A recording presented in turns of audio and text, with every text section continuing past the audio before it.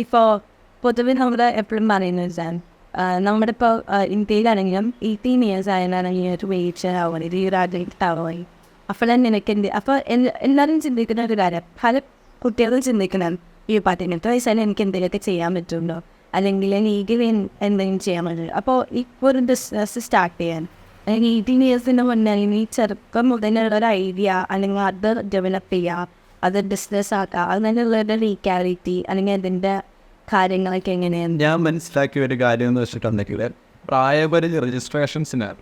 That means ഈ പ്രായം എന്നത് നമുക്ക് വേണ്ടി തന്നെ വെച്ചിരിക്കുന്ന ഒരു ബൗണ്ടറിയാണ്. അതിനൊരു കാരണമുണ്ട്. ഇപ്പോൾ ഗവൺമെൻറ് സെറ്റ് ചെയ്തേക്കുന്നതെന്ന് വെച്ചാൽ ഇപ്പോൾ പല ആളുകളും പല ടൈപ്പ് ഓഫ് രീതിയിലേക്ക് തിരിഞ്ഞു പോകുന്ന ഒരു ടേണിംഗ് പോയിന്റാണ് 18 എന്ന് പറയുന്നത്.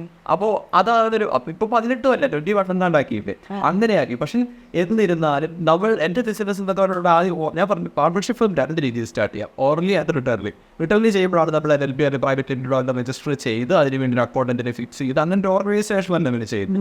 ഓർലി ആയി കഴിയുമ്പോൾ നമ്മൾ വാക്കാറുള്ള ഒരു എന്താ പറയുക സോൾ പ്രൊപ്രൈറ്റർഷിപ്പ് അല്ല എന്നാൽ പാർട്ണർഷിപ്പ് ആണ്. താനും നമ്മൾ 2 പേരുടെ മീറ്റിംഗിന്, അതായത് ഞാനും സനമെല്ലാം കൂടെ ഇപ്പോൾ 2 പേരും കൂടെ ഒത്തുകൂടി ഒരു ബിസിനസ് ചെയ്യുക. നമ്മുടെ 2 പേരുടെ വാക്കാരാണ് പറഞ്ഞത്. അതിനിപ്പോൾ ലൈഫ് കുറവ്, എപ്പോൾ വേണേലും എറ്റ് ചെയ്യാം, എപ്പോൾ വേണേലും അടച്ചു കൂട്ടാം, എപ്പോൾ വേണേലും തുറക്കാം, അങ്ങനെ എഴുതാം. പക്ഷേ ഒരു LLP അല്ലെങ്കിൽ ഒരു കറക്റ്റ് ലിമിറ്റഡ് ലൈബിലിറ്റി പാർട്ണർഷിപ്പോ അല്ലെങ്കിൽ പ്രൈവറ്റ് ലിമിറ്റഡോ അല്ലെങ്കിൽ എന്തെങ്കിലും ആ കമ്പനിക്ക് സ്യൂട്ടായ രജിസ്ട്രേഷൻ മോഡ് ഓഫ് ഫോം ഏതാണോ അത് അപ്ലൈ ചെയ്യുമ്പോൾ അതിനെക്കുറിച്ച് നന്നായി അവെയറായി ചെയ്യുമ്പോൾ അതിന് കണ്ടിന്യൂറ്റി ഉണ്ട്, ആ ബിസിനസ്സിനൊരു ലൈഫുണ്ട്. ഞാൻ എപ്പോഴും വിശ്വസിക്കുന്നതാണ് ബിസിനസ് രജിസ്റ്റേർഡ് ആണ് അതിനൊരു കണ്ടിന്യൂറ്റി ലൈഫ് ഉണ്ടോ. പിന്നെ ഓർലിയൻ മീൻസ് സർവൈവ് ചെയ്യും. കാരണം എൻ്റെ 18 വയസ്സാകുന്നത് വരെ അത് ഫുള്ളി ഓർലിയുള്ള പാർട്ണർഷിപ്പ് ആയിരുന്നു. വേറെ എന്തെങ്കിലും നമ്മൾ പാർട്ണർഷിപ്പ് മേടിച്ചിട്ടില്ല. ആദ്യം പാർട്ണർഷിപ്പ് ഉള്ളത് കോഡെക്സ് ആയിട്ട് മാത്രമാണ്. അതിനിടയ്ക്ക് നമുക്ക് ഐവിഷൻ ഇതിനകത്ത് പാർട്ണർഷിപ്പ് ഉണ്ടായിരുന്നു. പക്ഷേ അൺഫോർച്ചുനേറ്റ്ലി നമ്മൾ വിട്ടു. കാരണം പാർട്ണർഷിപ്പ് നമ്മൾ ശരിയാകില്ല. കാരണം നമ്മളായിട്ട് ബില്ലിംഗ് ആയി നിൽക്കുന്നത്. പാർട്ട്നേഴ്സിന് പല ടൈപ്പ് ഓഫ് പാർട്ട്നേഴ്സ് ഉണ്ട്. ആക്റ്റീവ് പാർട്ട്നേഴ്സ്, നോമിനൽ പാർട്ട്നേഴ്സ്, അങ്ങനെ പല ടൈപ്പ് ഓഫ് പാർട്ട്നേഴ്സ് ഉണ്ട്. അപ്പോൾ ഞങ്ങൾ എപ്പോഴും പ്രിഫർ ചെയ്യുന്ന ഷെയർ ഹോൾഡേഴ്സിന് അപ്പോൾ പ്രിഫർ അതൊരു correct amount of dividend return കൊടുത്താൽ മതി. അല്ലാതെ നമ്മൾ അവർ നമ്മുടെ കമ്പനി കാര്യങ്ങൾ ഇടാൻ പറ്റില്ല, അവർ നമ്മുടെ മാനേജ്മെൻറ്റ് ഡിസിഷൻസിനകത്ത് ഒന്നും വരത്തില്ല. അവർക്ക് നമ്മൾ പ്രോപ്പർ ഡിവിഡൻഡ് പ്രൊവൈഡ് ചെയ്താൽ മതി. പിന്നെ ഏത് തരത്തിലുള്ള ഇഷ്യൂ ചെയ്യുന്നതിനെ ആശ്രയിച്ചിരിക്കും അവരുടെ മറ്റുള്ള കാര്യങ്ങൾ. അപ്പോൾ ധൈര്യത്തിൽ ഏതൊരു കുട്ടിക്കാണെങ്കിലും 18 years ആവണം നമ്മൾ വെയിറ്റ് ചെയ്താൽ ഒരിക്കലും സ്റ്റാർട്ട് ചെയ്യണം അല്ലേ? അതാ ഞാൻ പറയുന്നത്. ഒരിക്കലും നമ്മുടെ സ്വപ്നങ്ങൾക്ക് വിശ്രമിക്കാൻ അവസരങ്ങൾ കൊടുക്കരുത്. നല്ല എക്സ്പെക്ഷൻസ് ഉണ്ട്, നല്ല ആഗ്രഹങ്ങളുണ്ട്, അത് നാടിന് നല്ലതാണെന്നാണ്, അല്ലെങ്കിൽ 10 പേർക്ക് ജോലി കിട്ടുന്ന കാര്യമാണെങ്കിൽ തീർച്ചയായും ചെയ്യണം. അതിപ്പോൾ ഏത് പ്രായത്തിലും ആയിക്കോട്ടെ, ചെയ്യാനൊരു മനസ്സും കയ്യിൽ കുറച്ച് ഐഡിയാസും നല്ലൊരു ടീമും അല്ലെങ്കിൽ നമ്മളെ തൊട്ട് പറ്റുന്നൊരു കോൺഫിഡൻസ് ഉണ്ടെങ്കിൽ എന്തും ഈ ഭൂമി ചെയ്യാം. കാരണം ടെക്നോളജി ഇപ്പോൾ അത്ര അപ്ഡേറ്റഡ് ആണ്. കാരണം ഇപ്പോൾ നേരത്തെ ഇതൊക്കെ വിചാരിച്ചിട്ടുണ്ടെങ്കിൽ ഇപ്പോൾ ചെറിയ യൂട്യൂബ് ചാനൽ തുടങ്ങി, അപ്പോൾ അവർക്ക് ഇപ്പോൾ 500 വ്യൂവേഴ്സേ ഉള്ളെന്ന് വിചാരിച്ചവർ സങ്കടപ്പെട്ടിരിക്കുക. ഈ 500 പേര് ഗ്രൗണ്ടിൽ ഒത്തുകൂടുമ്പോൾ അത് ഭയങ്കര വലിയ നമ്പറാണ്. ഇത്ര ആളുകൾ കാണുന്നുണ്ട്. അപ്പോൾ നമ്മൾ ആലോചിക്കേണ്ട ഒരു കാര്യമുണ്ട്, അത്ര ഇല്ലാത്ത കുറേ പേരുണ്ട്. നമ്മൾ ഉള്ളതിനെ ഹാപ്പിയായി നിന്ന് അതിൻ്റെ ഇരട്ടി നോക്കുക. അതാണ് എൻ്റെ ഓർഗനൈസേഷൻ ഗോൾ എന്ന് പറയുന്നത്. നമുക്കിപ്പോൾ എത്രയോ അതിൻ്റെ അടുത്ത ഗോൾ വെച്ച് മുന്നോട്ട് പോകാം.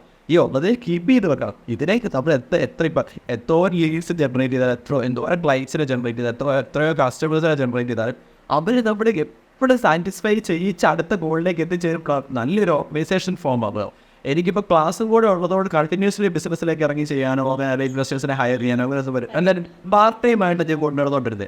ദാറ്റ് മീൻസ് ബിസിനസ് എല്ലാം പാർട്ട് ടൈം ആയിട്ടും സിനിമ പാർട്ട് ടൈം ആയിട്ടേ ചെയ്തിട്ടുള്ളൂ. അല്ലാണ്ട് പ്രൊഫഷണലി ഞാൻ എഡ്യൂക്കേഷൻ കോളേജ് ഇതിൻ്റെ പുറകെ പോയിട്ടില്ല.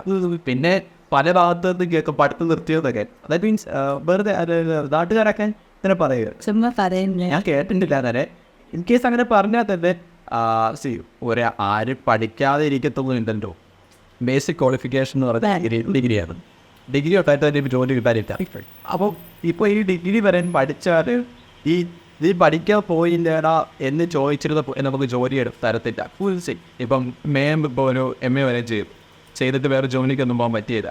ഇപ്പം നാട്ടുകാരൻ അതായത് നീ സ്കൂളിൽ പോയില്ല എല്ലാവരും ജോലി നമുക്ക് എപ്പോഴും തരത്തില്ല. അപ്പം നല്ലൊരു ജോലി കിട്ടുന്നതിൽ നല്ലൊരു ടാലൻറ്റ് മാത്രം പോരാ, നമ്മൾ അത്രത്തോളം ഒരു പൗരം ഗുണം വേണം. അപ്പം ഇപ്പം ലിമിറ്റഡ് ആണ് ജോബ് ഓപ്പർച്യൂണിറ്റീസ്, ഭയങ്കര റെസ്ട്രിക്റ്റഡ് ആണ്.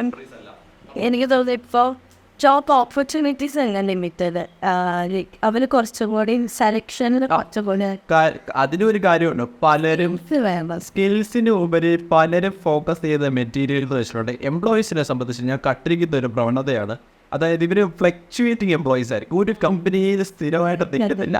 എൻ്റെ കമ്പനിയിൽ എനിക്ക് കഴിഞ്ഞ ഇടയ്ക്ക് ഞങ്ങൾ റിക്രൂട്ട്മെൻറ്റ് നടത്തിയപ്പോൾ അവിടെ ഞങ്ങൾക്ക് CVs വന്നതിൽ ഭൂരിഭാഗം ആ ചൂട് CV എടുത്ത് തോന്നിയാൽ മതി 1 വർഷം 2-3 എണ്ണത്തിനകത്തൊക്കെ ചാടിച്ച് അവർക്ക് സംബന്ധിച്ച് എക്സ്പീരിയൻസ് കിട്ടും. പിന്നെ എക്സ്പീരിയൻസ് കിട്ടുന്നതിൽ ഒരു പർട്ടിക്കുലർ ടൈം ആ കമ്പനി വർക്ക് ചെയ്താലേ എക്സ്പീരിയൻസ് സർട്ടിഫിക്കറ്റ് കിട്ടത്തുള്ളൂ. അല്ലാത്ത ചാടി ഇത് 2 ദിവസം ഇരുന്നു, നാളെ 2 ദിവസം ഇരുന്നു, പിന്നെ 4 ദിവസം ഇല്ല, അങ്ങനെ 10 ദിവസം ആക്കി അല്ലെങ്കിൽ എക്സ്പീരിയൻസ് സർട്ടിഫിക്കറ്റ് എടുത്തത്. ഇപ്പോൾ ലോക്കൽ ഓർഗനൈസേഷൻ ആണെങ്കിൽ അങ്ങനെ എക്സ്പീരിയൻസ് സർട്ടിഫിക്കറ്റ് കിട്ടിയാൽ ഒരു നല്ല കമ്പനിയിൽ ജോലി ചെയ്യാൻ പറ്റത്തില്ല. ഇപ്പം എൻ്റെ എവിടെ MA വരെ പഠിച്ച ഒരാളാണ് സ്നേഹ എന്ന് പറഞ്ഞ ഒരാൾ വർക്ക് ചെയ്യുന്നത്. പുള്ളിക്ക് ആയിരത്തിക്ക് ഞാൻ കൊടുത്തത് വേറെ പണിയൊന്നുമില്ല, ജസ്റ്റ് റിസപ്ഷനിസ്റ്റായിട്ട് വർക്ക് ചെയ്യുന്ന പുള്ളിക്കാരി ചില ദിവസം വർക്ക് പോകും. അതാണ് ഞങ്ങൾക്ക് എപ്പോഴും ഓഫീസ് വിസിറ്റിംഗ് ഒന്നും ആരില്ല. ദാറ്റ് അങ്ങനത്തെ ഇതില്ല, ഞങ്ങൾക്ക് മൊത്തം പുറത്തുനിന്നായതുകൊണ്ട് പേരിലൊരു ഓഫീസ് അത്രേ ഞങ്ങൾ എടുത്തിട്ടുള്ളൂ. അതുപോലെ തന്നെ ഇപ്പോൾ സെന്നിന് ഞങ്ങളിപ്പോൾ കണ്ടിന്യൂസിന് ചെയ്യുന്നത് വെച്ചാൽ എനിക്ക് +2 കഴിഞ്ഞൊരു ഡേ ടു ഡേ ബിസിനസ് വേണം. അത് എൻ്റെ സ്വന്തം കാര്യം ചെയ്യണമെന്ന് എനിക്കുണ്ട്. ഞാൻ പറയുന്ന ഒരു കാര്യമുണ്ട്, നമുക്ക് ഒരു ഏജ് വരെ ഇതെല്ലാം നമുക്ക് ഫ്രീ, അതായത് ഷർട്ട്, ഡ്രസ്സ്, ഫുഡ്, അങ്ങനെ കാര്യങ്ങളൊക്കെ നമുക്ക് വീട്ടു ചിലവിൽ നടക്കും. അതാണ് ഒരു 18 to 20 വരെ നമുക്ക് ഇങ്ങനെ നടത്താം. അതായത് വീട്ടുകാർ നമ്മുടെ നോക്കും. ഒരു 18-20 വയസ്സ് കഴിയുമ്പം ഒരു മടിയോട് കൂടിയായിരിക്കും ഇവർ നമുക്ക് വിട്ട് ചാകണം, പിന്നെ പണിക്ക് കൂടാതെ പറയും. ഈ ഒരു സമയത്ത് നമുക്ക് മനസ്സിലൊരു നിഗ്നശയായി ഒരിക്കലും ഞാൻ തിങ്ക് ചെയ്തത് എനിക്കൊരിക്കലും അതിനെ പേരൻസിനെ ഡിപ്പെൻഡ് ചെയ്യുന്നൊരു അവസ്ഥ വരരുതെന്ന് ഞാൻ എപ്പോഴും തിങ്ക് ചെയ്യും. കാരണം അവർ നമുക്ക് ഒരുപാട് കഷ്ടപ്പെടും. ഞാൻ പറഞ്ഞ ഒരു കാര്യത്തിനും ഇതൊരു ഓപ്പോസ് ചെയ്തിട്ടില്ല. ഞാൻ 7th വരെ പഠിച്ചൊരു ഇംഗ്ലീഷ് മീഡിയം സ്കൂളിലാണ്. അത് നല്ല ഫീസ് കൊടുത്താൽ പഠിച്ചത്. അത് കഴിഞ്ഞിട്ട് പിന്നെ ഗവൺമെൻറ് സ്കൂളിൽ പോയി. അത് എന്താ പറയുക, ഒരു ഗവൺമെൻറ് പ്രൈവറ്റ് കൂടെയുള്ള മേനോളം എന്ന് പറയുള്ളത്. അവിടുന്ന് കഴിഞ്ഞ് +1 എനിക്ക് നല്ലയിടത്ത് അഡ്മിഷൻ കിട്ടിയിട്ട് എനിക്ക് മേനോളത്ത് തന്നെ വേണമെന്ന് പറഞ്ഞപ്പോൾ അന്നേരടി പൈസ കൊടുത്ത് ചേർത്തു. അത് പൈസ ഉണ്ടായിട്ട് ഒന്നുമല്ല. അന്നേരം എൻ്റെ അടുത്ത് പറഞ്ഞത്, നിനക്ക് പഠിക്കണമെന്നുണ്ടോ, നീ പഠിച്ചോ, കുഴപ്പമില്ല, അതിൽ നിനക്ക് ഇഷ്ടത്തെ ഞങ്ങൾ നോക്കുന്നത്. അതിൻ്റെ മെയിൻ കാരണം അവർ നമ്മളെ വിശ്വസിക്കുന്നതാണ്. അതിന് 1% എങ്കിലും തിരിച്ചു കൊടുക്കുന്നത് എനിക്ക് എപ്പോഴും ഉള്ള ഒരു കാര്യം. ഞാൻ അതിന് വേണ്ടി പ്രാർത്ഥിക്കുന്നതും കൂടെ ഉള്ളത്. അതുകൊണ്ടാണ് ഞാൻ പറഞ്ഞത്, ഒരിക്കലും ആരുടെ കണ്ണുനീര് വീണ ഒരു പൈസ ഞാനായിട്ട് ഉണ്ടാക്കത്തില്ല, ഞങ്ങളുടെ കമ്പനിയിലും അത് വരത്തില്ല. അപ്പോൾ ഏതിപ്പോൾ ഒരു ക്ലയൻസ് വന്നാലും ഇപ്പം ഞങ്ങൾക്ക് കുറേ ഇൻവെസ്റ്റ്മെൻറ്റ് വരുന്നുണ്ട്. ഇതിലെല്ലാം ആയാലും ഞങ്ങൾ എപ്പോഴും തിങ്ക് ചെയ്ത് ജെനുവിനായിട്ടുള്ള നല്ലൊരു ഞങ്ങൾ നല്ല റിട്ടേൺ ഇങ്ങോട്ട് നല്ല അപ്രോച്ച് ഉള്ളവർക്ക് നമ്മൾ തിരിച്ച് നല്ല അപ്രോച്ച് കൊടുക്കണമെന്നാണ് എൻ്റെ ഒരു പോയിന്റ് ഓഫ് വ്യൂ. അപ്പം എപ്പോഴും അങ്ങനെ കീപ്പ് ചെയ്യുകയും ചെയ്യും. അത് ഈ മുന്നോട്ടാക്കുക തന്നെ.